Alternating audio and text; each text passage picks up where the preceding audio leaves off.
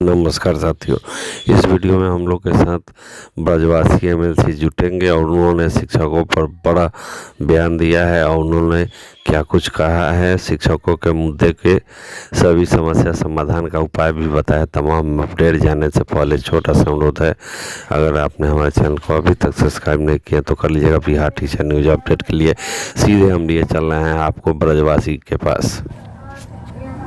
तो उस 23,003 वोट में प्रथम वरीयता का 15,000 वोट ही अधिकतम होगा तो शिक्षकों का होगा। शेष वोट कहाँ गया? माध्यमिक शिक्षक संघ, प्राथमिक शिक्षक संघ और टीईटी के शिक्षक संघ, जो भी संघ लोग हैं, सब अलग अलग बैठ करके और अलग अलग लोग अलग अलग कैंडिडेट का समर्थन कर रहे थे जाति के आधार पर। और जात जात जब तक खेलिएगा आपको कोई न्याय नहीं दिला सकता है। हम बहुत खराब बोलते हैं और खराब बोलते हैं, हमको इससे कोई फर्क नहीं पड़ता कि मैं विधान पार्षद फिर रहूंगा या नहीं रहूंगा। अगले साल फिर चुनाव। अगर आप एमएलसी बना करके भेजिएगा तो आपकी आवाज सदन में गूंजेगी, नहीं बनाइएगा तो सड़क पर हम हल्ला करते रहेंगे। ये लड़ाई आपकी है, मेरा क्या बनना बिगड़ना है। हमारी कोई ऐसी इच्छा है ही नहीं कि मैं विधान पार्षद बन गया तो मुझे कोई कुछ संपत्ति खड़ी करनी है। मेरे ऐसी कोई चाहत ही नहीं है कभी। जिस भी मीटिंग में मैं गया हूं और जहां अधिकारी मिले मैं उनको लताड़ के आया हूं।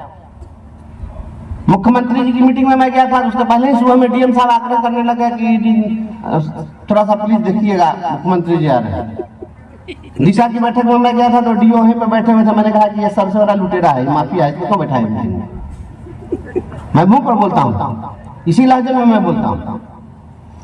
अभी एक कार्यक्रम था पर्यटन विभाग का, उसमें पर्यटन मंत्री आए हुए थे नीतीश मिश्रा जी, और वहां पर हमारे भारत सरकार के मंत्री भी बैठे हुए थे और सबके सामने मैंने पूरी व्यवस्था की पोल खोल दी हुई, आप देखी हुई है। मैंने कहा कि ये सब व्यवस्था नहीं चलेगी।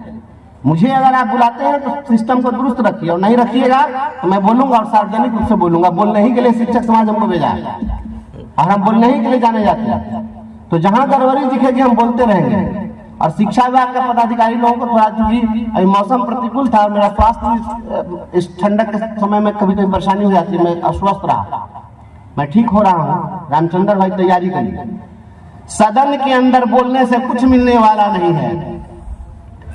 बिहार में चाहे पटना वाली सरकार हो, चाहे इस देश में दिल्ली वाली सरकार हो, आंदोलन से सरकार नहीं डरती है। एक बात समझ लीजिए, आंदोलन से सरकार नहीं डरती है।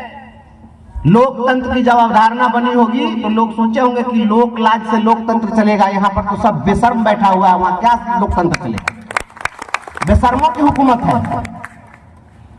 जहां पर बहन बेटियां असुरक्षित है, अगर पूर्णिया में कोई बहन बेटी अगर उसके हाथों में और पैरों को रस्सियों से बांध दिया जाता है और पिलर में बांध दिया जाता है, अगर कहीं भी बहन बेटी अगर उसकी आबरू लूट रही है, उसका वस्त्र हरण हो रहा है, तो सत्ता के सिंहासन पर जो बैठा हुआ व्यक्ति है वह धृतराष्ट्र होगा।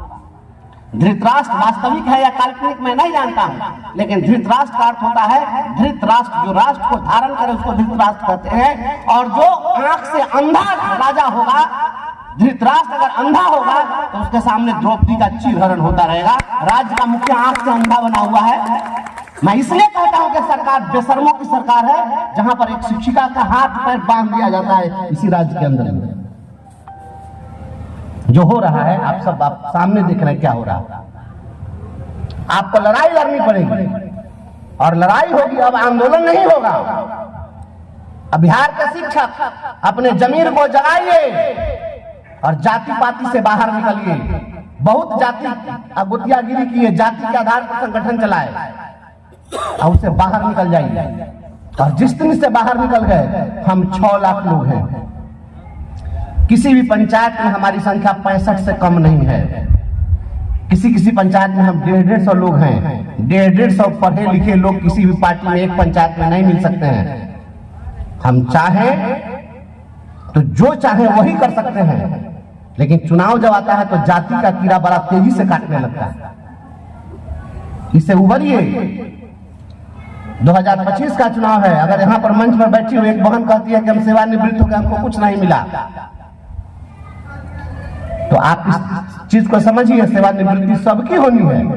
सभी लोग रिटायर होंगे और ऐसे ही रिटायर होना पड़ेगा। कोई जाति का नेता आपको कोई मदद करने नहीं आएगा। आइए कथित सुशासन की सरकार को इस चुनाव से पहले एक सीधा संदेश देते हैं। पटना में एक महाजुटान करिए, 5 लाख शिक्षकों को एक दिन पटना में जुटाइए। अब आंदोलन नहीं करना है, गर्दनी बाग नहीं जाना है, गांधी मैदान में आना है और ताकत दिखाना है कि हम 5 लाख लोग, 6 लाख लोग खड़ा हो गए हैं तुम्हारे खिलाफ। या तो तुम हमारी मांगों को पूरा करो और नहीं तो 2025 में तुम्हारे विदाई की पटकथा हम लिखेंगे। तैयारी करिए इसके लिए और सेवा निरंतरता इस सरकार को देनी होगी। नाम बदलने से क्या होगा? शिक्षा में नियोजित शिक्षक, अविशिष्ट शिक्षक, उत्कृष्ट शिक्षक, निकृष्ट शिक्षक, भांति भांति के शिक्षक, रंगारंग बिरंगारंग शिक्षक। ये क्या हो रहा है? एक स्कूल में आप भांति भांति का शिक्षक लाइएगा, हर दिन सीनियरिटी के लिए लड़ाई है, मारामारी है। अब दिक्कत इस बात की हम किसके पक्ष में बोले? हम कहेंगे कि नियोजित शिक्षक सीनियर तो नया जो बीपीएससी से आएगा कहेगा देखिए ये नियोजित शिक्षक के पक्ष में बोल रहा है। यहाँ तो आपस में सिर्फ फुटा बोला ना। बीपीएससी के लिए बोलिए तो नियोजित शिक्षक नाराज, क्योंकि हम लोग निजी हितों के लिए लड़ने लग जाते हैं। एक देश, एक शिक्षक, एक वेतनमान होना चाहिए, एक नाम होना चाहिए शिक्षक का। ये रंगारंग, ये रंग बिरंग का शिक्षक नहीं होना चाहिए। इस देश के अंदर बहुरंगी शिक्षा व्यवस्था चल रही है, हम इसका भी प्रतिकार करते हैं। इस देश में एक बोर्ड, एक देश, एक सिलेबस, एक किताब, एक व्यवस्था, एक शिक्षक, एक विद्यालय।